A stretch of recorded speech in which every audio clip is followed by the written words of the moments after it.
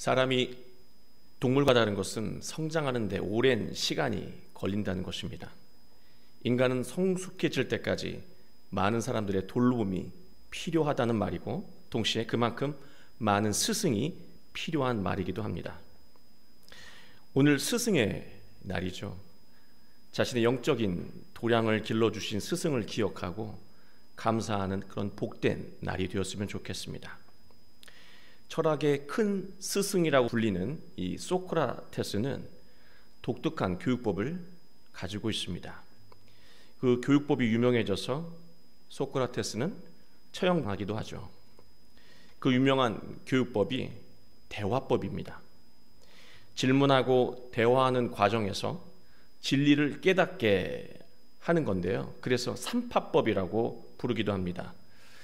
소크라테스에게 질문을 받은 사람은 질문에 대해 고민하게 됐고, 또 고민한 만큼 답을 하게 되겠죠. 그 대답을 들은 소크라테스는 더 깊은 질문을 하고 또 그에 대한 대답도 더 깊어지는 것이죠. 그렇게 질문하고 더 깊은 대답을 하다 보니까 나중에는 스스로 길을 찾게 되기도 하고 진리를 깨닫게 되기도 합니다. 바로 그러한 교육 방법이 바로 대화법, 삼파법입니다. 여러분, 신앙의 기본이 무엇입니까? 바로 믿고 따르는 거예요. 그러나 우리의 인생 속에서 우리가 어려움을 겪다 보면 마음이 억울해져서 하나님에게 질문할 때가 있습니다. 왜 저에게 이런 어려운 일들이 연이어 일어나는 것입니까? 이렇게 열심히 살았는데 왜 제 인생은 크게 나아지는 것이 없습니까? 예전에 한 교인께서 저에게 이런 질문을 하신 적이 있었습니다. 목사님, 하나님에게 질문해도 됩니까? 질문하는 것 혹 싫어하지 않으실까요? 질문하지 않는 사람은 답도 없다는 말이 있습니다. 고난의 이유가 분명하면 질문할 게 없죠. 그러나 고난의 이유를, 그 어려움과 시련의 이유를 납득할 수 없으시다면, 또 납득하기가 아예 싫으시다면 하나님에게 질문하세요. 예수님도 십자가를 져야 하는 그 이유를 마지막 순간까지 하나님에게 여쭤보셨습니다. 우리가 인생의 문제에 대해 질문할 때 하나님은요, 귀를 닫지 않으세요. 다정하게 다가오셔서 스승처럼 아주 섬세하게 우리를 가르쳐 주시고 또 필요한 것을 채워 주신다는 거예요. 그게 바로 우리가 사랑하고 믿고 따른 하나님이십니다. 우리 모두 오늘 말씀을 통해서 인생의 문제를 다 해결하고 또 복된 인생을 새롭게 시작하는 한 주가 되길 주 예수 그리스도의 이름으로 축원합니다.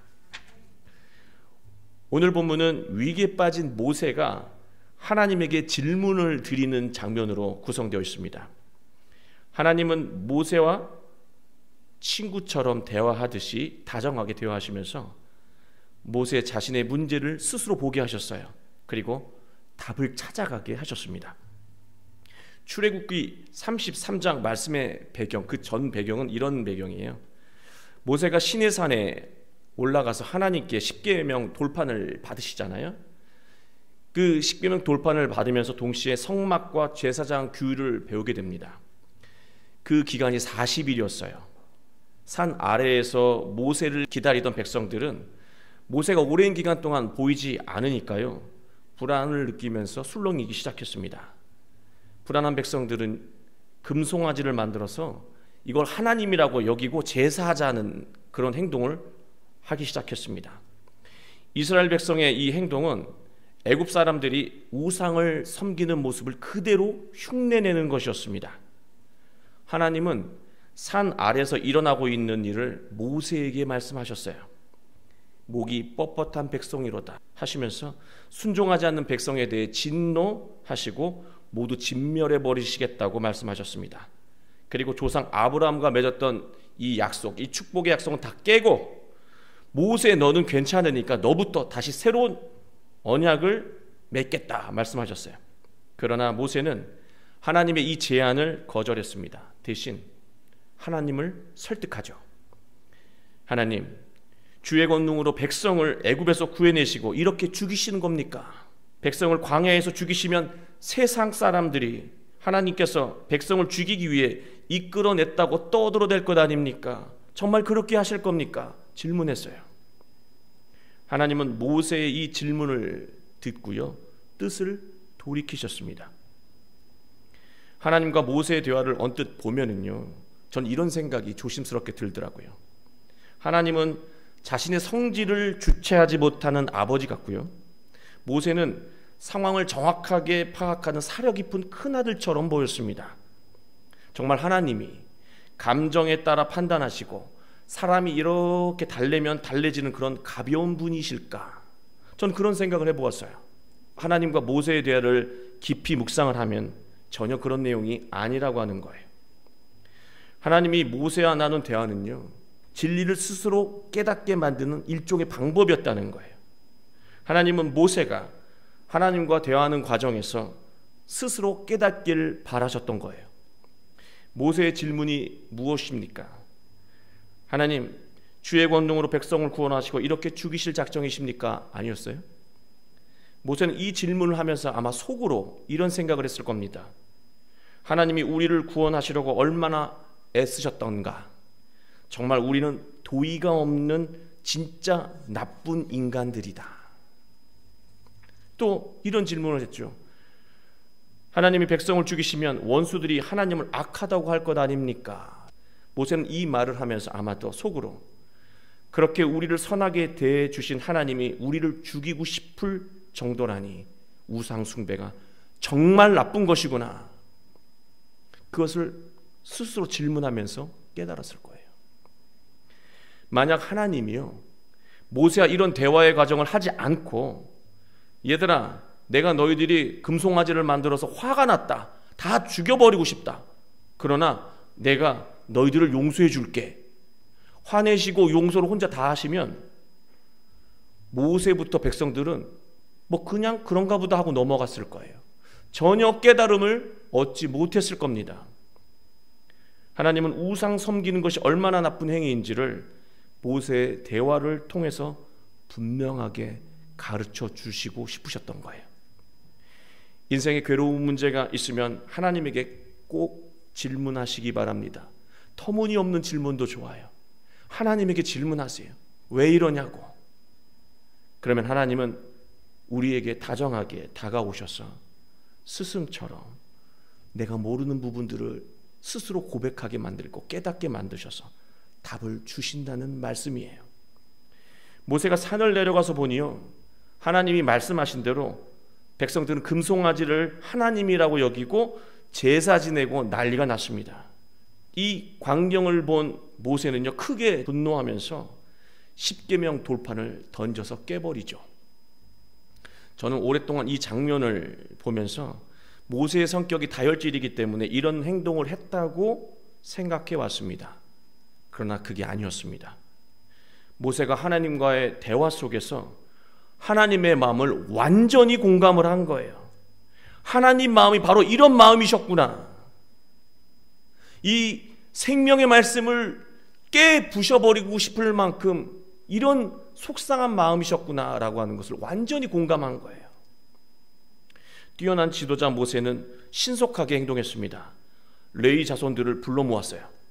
그리고 분골쇄신하는 마음으로 이 우상 숭배를 주동한 사람들, 그 주동자들을 찾아서 3,000명을 처형했습니다. 처형된 사람 가운데는요, 처형하는 사람의 가족과 이웃들도 포함되어 있어요. 내 가족도 있었다는 거예요. 내 친구들도 있었다는 거예요. 가슴 아픈 일이지만 200만 명이 넘는 공동체의 존폐가 달려있는 일이었어요. 모세는 하나님에게 회개하며 간절히 기도했습니다. 이제 33장으로 접어드는데요, 하나님은 모세에게 이제 조상과 약속한 땅으로 올라가라고 명령을 하십니다. 그러나 중요한 말씀을 하나 덧붙이십니다. 나는 너희와 함께 가지 않겠다. 여태까지 함께 하셨잖아요. 올라가라. 그러나 나는 너희와 함께 가지 않겠다. 대신 사자를 보내서 너희를 이끌어 가게 하겠다. 그렇게 말씀하셨습니다. 너희는 목이 곧은 백성인즉 내가 길에서 너희를 진멸할까 염려함이라. 하나님이 함께 하시지 않는다는 말씀은요, 너무나 충격적인 말씀이었습니다. 하나님의 부재인 것이죠. 하나님만 전적으로 의지해온 백성들에게 이것은 사형 선고와 같은 말이었어요. 여러분, 저는 이 말씀을 어릴 때 어머니의 말씀을 통해서 깨달은 적이 있어요. 제가 장난감을 사달라고 어머니한테 떼를 쓰잖아요. 그럼 어머니 이런 말씀을 하신 적이 있습니다. 너 자꾸 말 안 들으면 엄마 그냥 갈 거야. 너 여기 있어. 그리고 가버리셔요.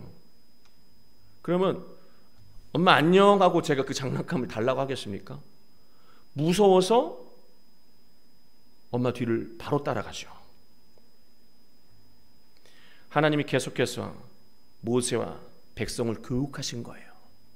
네가 이렇게 나온다면 너와 함께 가지 않겠다, 백성들과 함께 가지 않겠다라고 하시는 것은요, 진정으로 인연을 끊는 게 아니고요, 지금 계속해서 교육 연장선상에 있다라고 하는 거예요. 하나님이 단호하지 않으시면 백성들은 달라지지 않는다는 것을 하나님은 정확하게 파악하고 계셨던 거예요. 하나님의 말씀을 들은 백성들은 슬퍼하면서요, 자기 몸을 단장하지 않았습니다.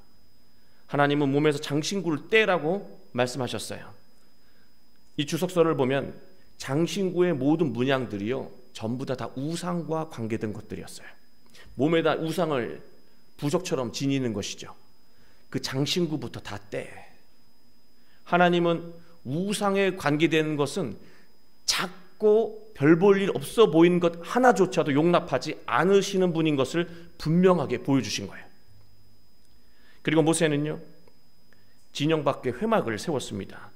여호와를 앙망하는 사람들을 불러 모았어요.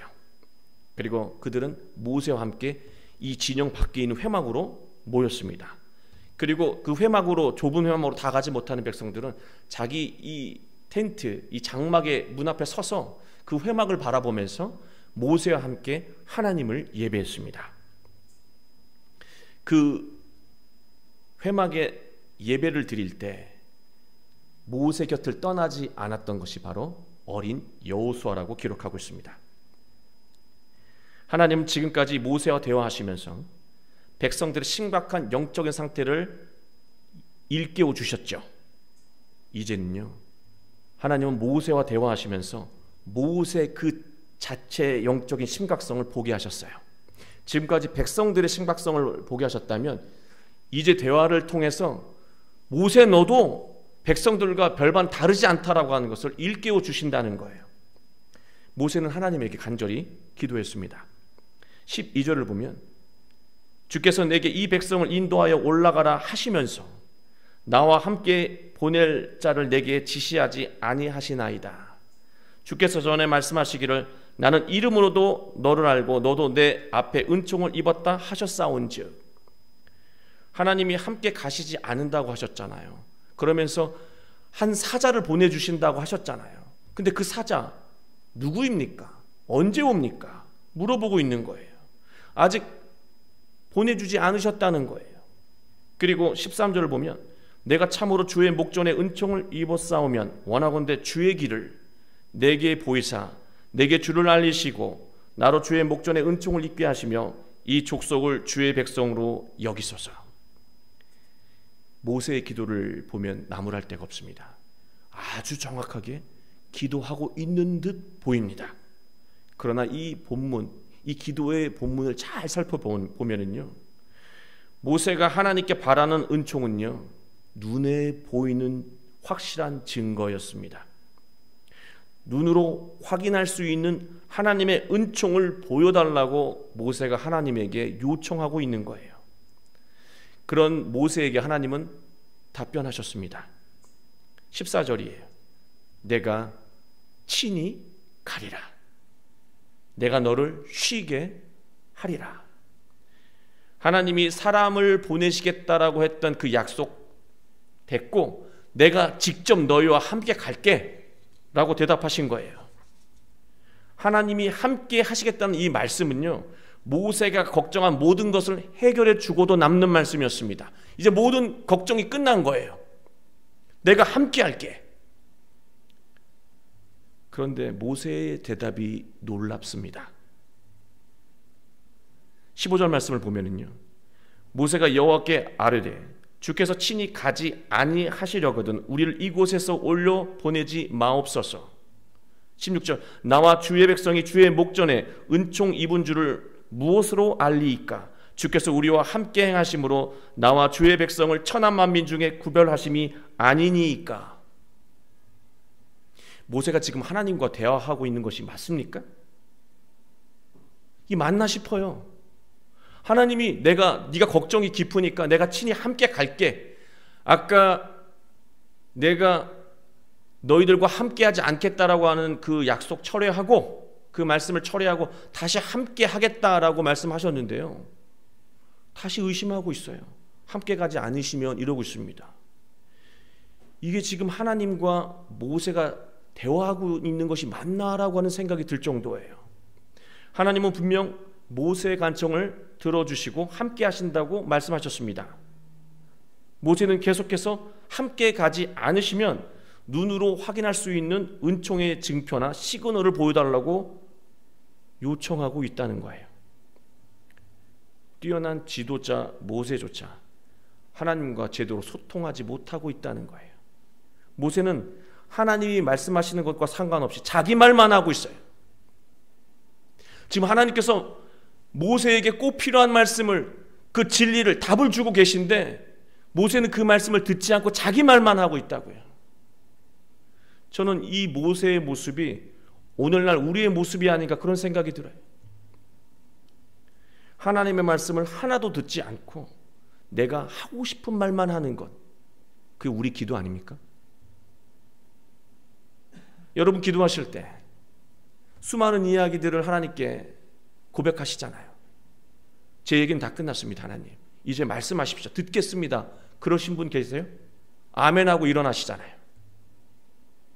자기 할 말만 하는 거예요. 하나님이 답을 주시는데 답은 안 듣고 자기 할 말만 하는 거예요. 하나님은 말씀하셨습니다. 17절, 네가 말하는 이 일도 내가 하리니 너는 내 목전에 은총을 입었고 내가 이름으로도 너를 알미니라. 하나님은요 참 인자하셔요. 네가 눈에 보이는 은총을 원하냐? 그래, 그 일도 내가 해주마. 그렇게 대답하고 계신 거예요.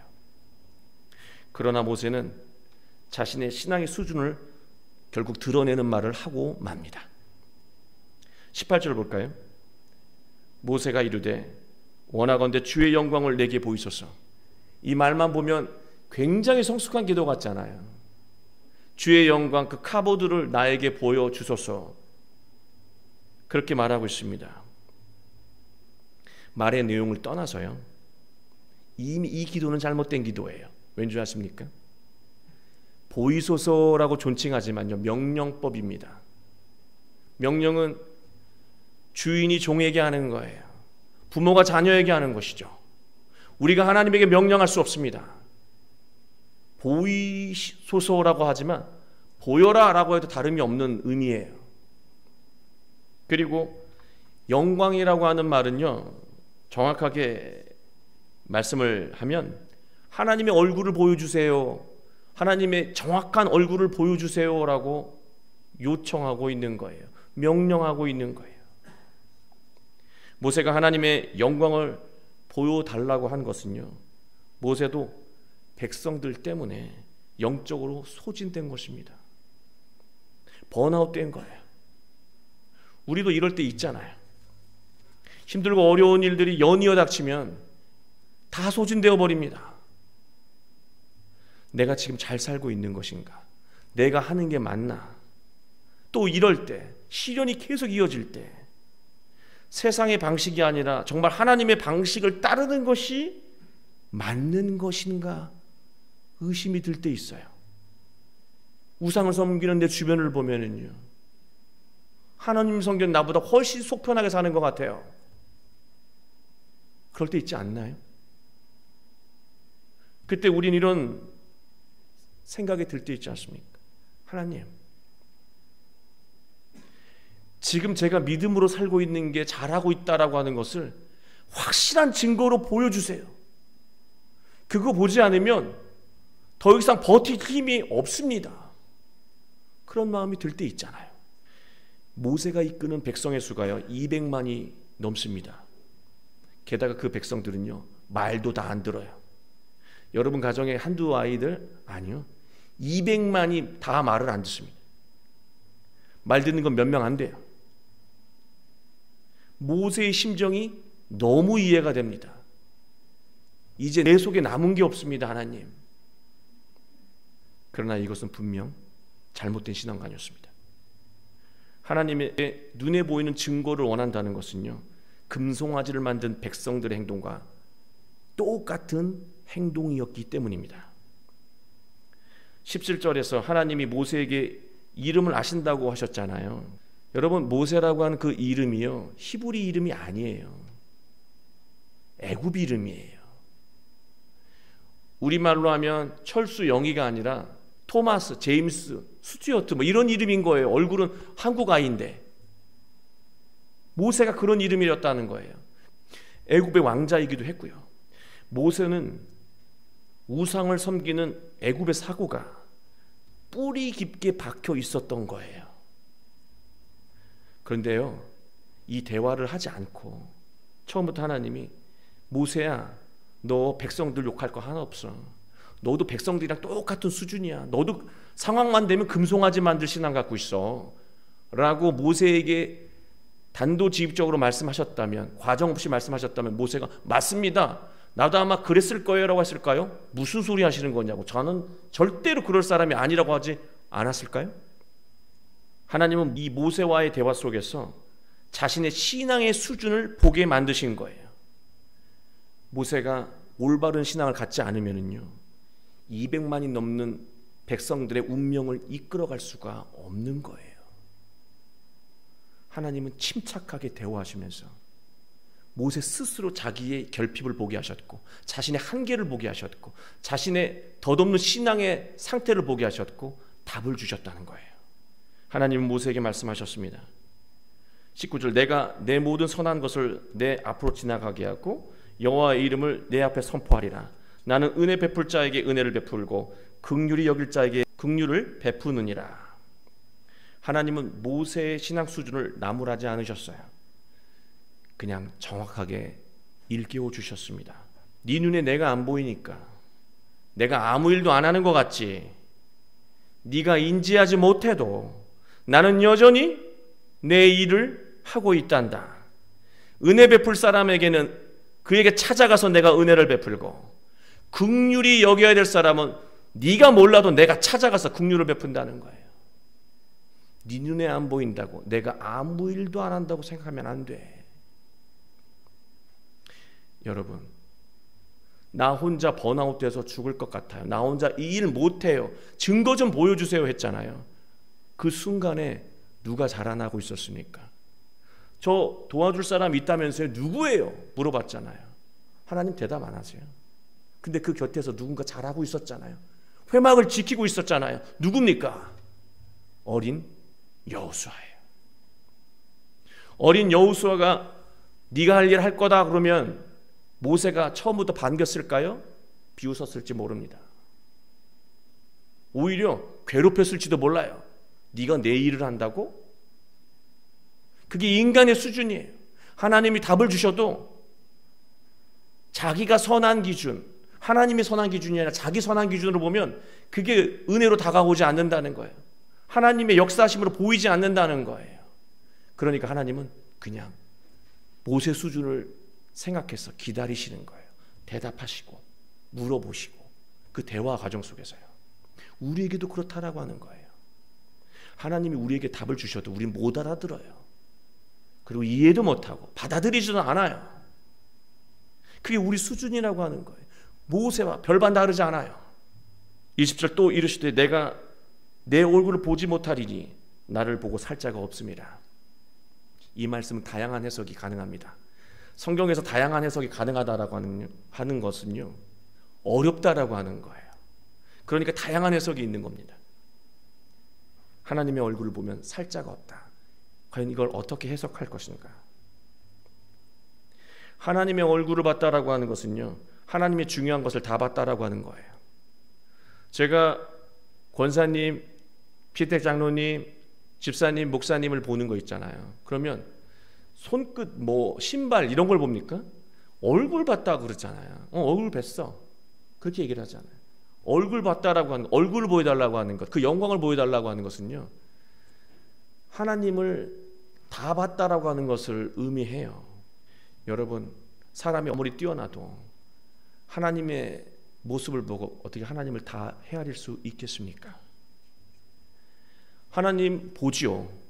그러나 정말 일부를 보는 거예요. 개미가 내 다리에 부딪혔을 때 김정욱을 봤다고 했겠습니까? 기둥에 부딪혔다고 생각하겠죠.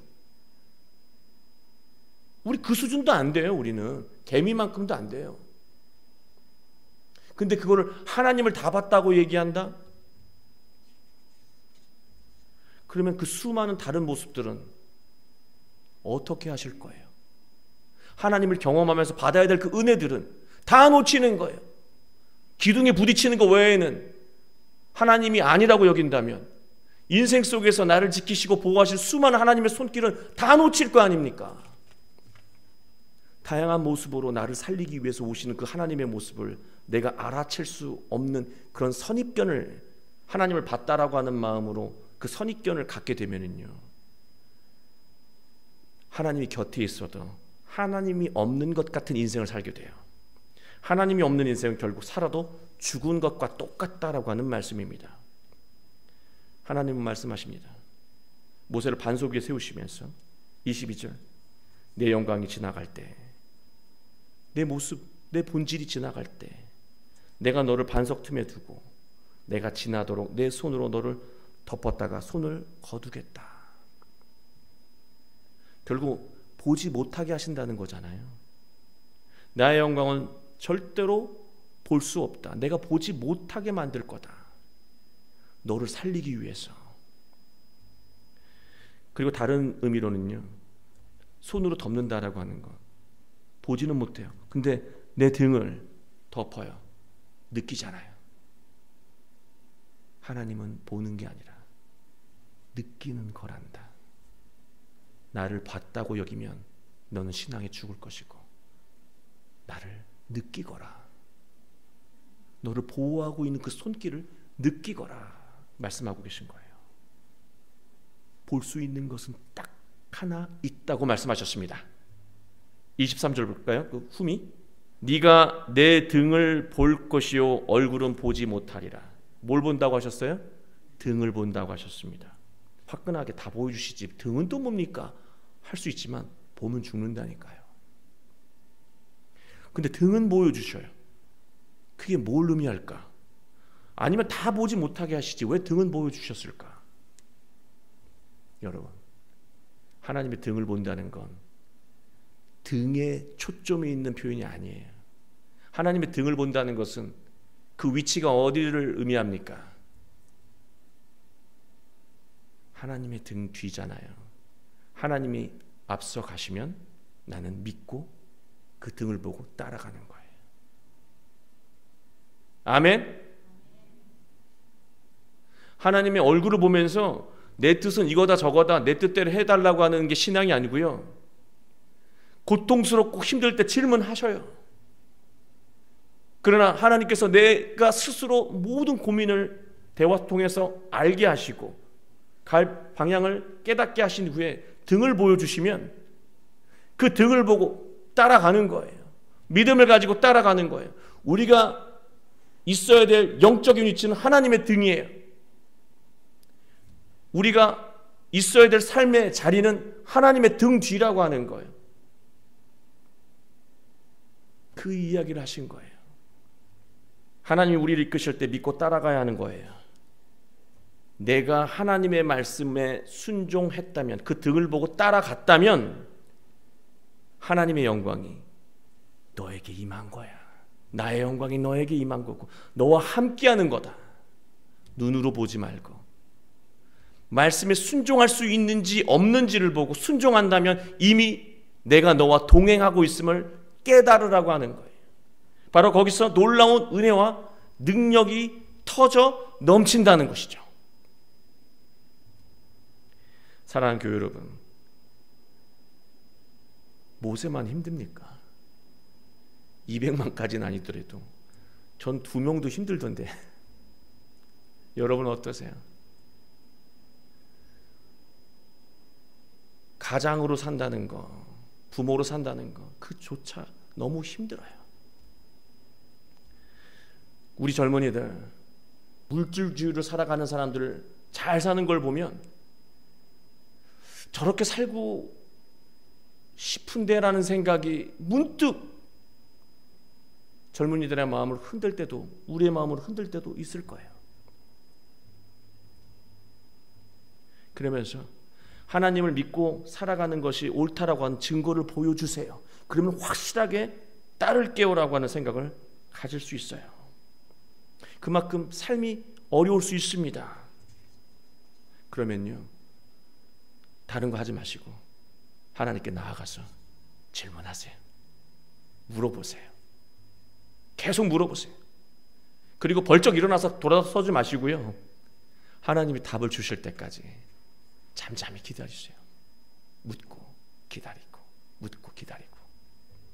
하나님은 여러분의 속상한 그 질문을 다 들어주시고 위대한 스승처럼 답을 스스로 깨닫게 만들어 주실 것입니다. 답이 무엇인지 깨달았다면요, 믿음을 가지고 하나님의 등을 바라보면서 그 삶의 자리를 지키며 순종하며 따라가십시오. 바로 거기서, 그 삶의 자리에서, 그 영적인 자리에서 여러분의 위대한 삶의 능력이 솟아 넘칠 것입니다. 우리가 이 자리만 지킬 수 있다면, 하나님의 이 등 뒤 이 자리만 빼앗기지 않고 지킬 수만 있다면 우리의 인생 가운데 하나님의 영광이 가득 임하게 될 것입니다. 우리 모두 하나님의 영광으로 가득한 복된 인생을 살아가는 한 주가 되시길, 또 인생이 되시길 주 예수 그리스도의 이름으로 축원합니다.